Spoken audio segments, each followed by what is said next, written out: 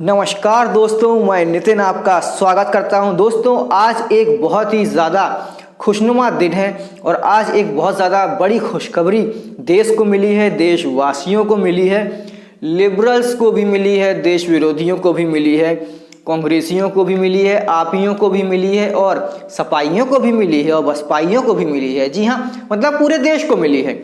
असल में खुशी की बात यह है कि भारत के प्रधानमंत्री माननीय नरेंद्र मोदी जी को एक जो है अंतर्राष्ट्रीय अवार्ड मिला है, अंतर्राष्ट्रीय पुरस्कार मिला है। हालांकि ये पुरस्कार वैसे तो एक इवेंट के तौर पर होता है, लेकिन कोरोना काल चल रहा है इसलिए ये डिजिटल प्लेटफॉर्म पे हुआ और भारत के प्रधानमंत्री नरेंद्र मोदी जी को जो अवार्ड मिला है उसका नाम है सेरावीक 2021।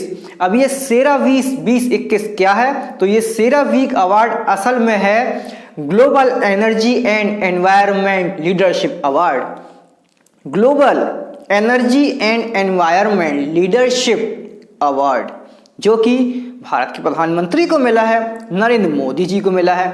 अब भाई कुछ लिबरल्स, कुछ बुद्धिजीवी, कुछ आंदोलनजीवी जो हैं वो तो ऐसा सोचते हैं कि मोदी जी तो काम कर ही नहीं रहे, मोदी जी के तो सारे काम गलत हैं। तो फिर पूरी दुनिया उन्हें क्यों पूज रही है, पूरी दुनिया उन्हें क्यों अवार्ड दे रही है? अब तक जब से भारत के प्रधानमंत्री हैं नरेंद्र मोदी जी, तब से उन्हें दर्जनों अवार्ड मिल चुके हैं जो कि अंतर्राष्ट्रीय स्तर के हैं, जो पुराने या पिछले प्रधानमंत्रियों को नहीं मिले थे। तो ऐसा मोदी जी में क्यों है, क्या है कि उन्हें ये अवार्ड मिल रहे हैं और दिए जा रहे हैं? क्योंकि उन्होंने वैसा काम किया है, उन्होंने वैसी ग्लोबल लीडरशिप दिखाई है, वर्ल्ड लीडर के तौर पर उभरे हैं भारत के प्रधानमंत्री, जो कि कभी भारत के चाचा मतलब जवाहरलाल नेहरू जी सोचा करते थे कि उन्हें वर्ल्ड लीडर बनना था, इसलिए वो यूएन गए और यूएन वो कश्मीर मुद्दा ले गए, क्योंकि यूएन जाने के लिए उन्हें एक लाठी चाहिए थी। अब वो लाठी जो है वो कश्मीर मुद्दा बनी और कश्मीर मुद्दा उन्होंने यूएन की झोली में दे मारा और उन्होंने सोचा कि मुझे वर्ल्ड लीडर बनने का मौका मिलेगा, लेकिन ऐसा हुआ नहीं। कश्मीर अटक गया, अटका रहा। तब जाके नरेंद्र मोदी जी आए और उन्होंने जो है कश्मीर से धारा 370 हटवाई। आज कश्मीर जो है पूर्ण रूप से भारत का अभिन्न हिस्सा है। पहले भी था लेकिन कुछ इशू थे उसमें जो कि सॉल्व हो गए। तो यहाँ पे बात कश्मीर मुद्दे की नहीं हो रही है, यहाँ बात हो रही है सेरावीक 2021 अवार्ड की, जो नरेंद्र मोदी जी को मिला है, जिसकी शुरुआत 1883 में हुई थी, लेकिन अवार्ड देने की परंपरा जो है वो 2016 से है। तो 2016 से अब तक विदेशियों को ही ये अवार्ड मिले। अब भारत के प्रधानमंत्री को यह अवार्ड मिला है और भारत में यह अवार्ड आया है, भारत की झोली में यह अवार्ड आया है, जिसमें लिबरल्स और बुद्धिजीवी और आंदोलनजीवी भी एक टॉप ट्रेंड चला रहे हैं। वो टॉप ट्रेंड है congratulations to PM. Congratulations to PM आज का टॉप ट्रेंड है और इस ट्रेंड पे ज्यादातर एक्टिव जो है वो आंदोलनजीवी, बुद्धिजीवी और लिबरल्स हैं। वो ट्रोल करने के मकसद से कांग्रेचुलेशंस टू पीएम बोल रहे हैं, ट्रेंड चला रहे हैं, लेकिन इसमें उनको उल्टी पटकनी पड़ रही है और लोग इनसे सवाल पूछ रहे हैं कि ये अवार्ड किसी आंदोलनजीवी या बुद्धिजीवी को क्यों नहीं मिला।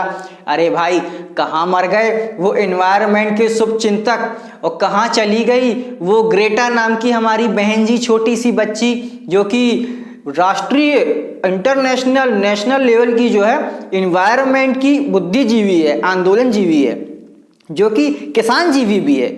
भाई साहब, ये लोग पता नहीं कहाँ चले जाते हैं जब अवार्ड की बारी आती है। अवार्ड काबिल को ही मिलता है, नाकाबिल को अवार्ड नहीं मिलता। भाई साहब, जो भी कह लो, एक क्रिकेट मैच चल रहा है, एक बैट्समैन आके लास्ट में 3 छक्के मार देता है, टीम जीत जाती है। लोग कहते हैं कि उस हिटर ने वह मैच जिताया, लेकिन जो ओपनिंग आया था, जिसने 120 बॉल में 90 रन बनाए, उसे कोई याद नहीं रखता, लेकिन असली आधार तो उसी ने रखा। असली जीत का हकदार तो वही है जिसने 120 बॉल में 90 रन बनाए, बाकी सारे खिलाड़ी आउट हो गए, लेकिन वो टिका रहा, उसने एक बेस तैयार कर दिया और अंत में एक हिटर आया और 3 छक्के मार दिया और मैच जीत गया। हालांकि उन 3 छक्के की भी अहमियत है, लेकिन 10%, 90% अहमियत तो उन्हीं 90 रन की है जो कि सचिन तेंदुलकर बना गया। तो भाई साहब, वो सचिन तेंदुलकर ही नरेंद्र मोदी जी हैं और इसीलिए आप एक बात गौर करिएगा, हाल ही में अभी अभी कांग्रेसियों ने सचिन तेंदुलकर का विरोध किया था, उनके पोस्टर जलाए थे, उनकी पोस्टर पे चप्पलें मारी थी, काले पोती थी, क्योंकि उन्होंने एक ट्वीट कर दिया था। उन्होंने ट्वीट किया था किसान आंदोलन को लेकर कि विदेशियों की बात ना सुने, विदेशियों के जो है ट्वीट्स पे ना जाएं, अपनी अकल लगाएं, विदेशियों को हमारे देश की पॉलिटिक्स पे ट्वीट करने का कोई हक नहीं है।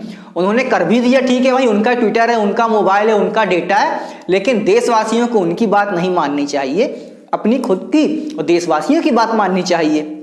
इसी सिलसिले में भाई साहब महाराष्ट्र की सरकार चली थी उनके ऊपर कार्रवाई करने, लेकिन विरोध होने पर पीछे हट गई।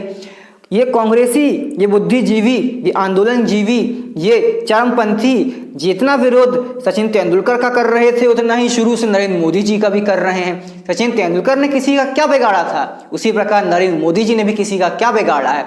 बिगाड़ा है तो देशद्रोहियों का, बिगाड़ा है तो देश का बुरा चाहने वालों का, बिगाड़ा है तो देश का बुरा चाहने वालों का, समर्थन करने वालों का। अगर जो उनका विरोध कर रहा है मतलब दाल में काला है, और दाल में काला है तो उसकी छानबीन होनी चाहिए। तो दोस्तों फिलहाल ये कांग्रेचुलेशंस टू पीएम वीडियो था, आपको कैसा लगा? और इन बुद्धिजीवी, इन चरमजीवी, इन आंदोलनजीवी, इन किसान जीवियों के बारे में आपका क्या सोचना है, और ये लोग ट्रेंड क्यों चला रहे हैं, इस विषय में आपका क्या सोचना है वो आप मुझे कमेंट बॉक्स में बताते हुए जाइएगा। मेरा तो दिमाग घूम गया भाई कि ये कब से मोदी जी को कांग्रेचुलेशंस बोलने लगे। वाह।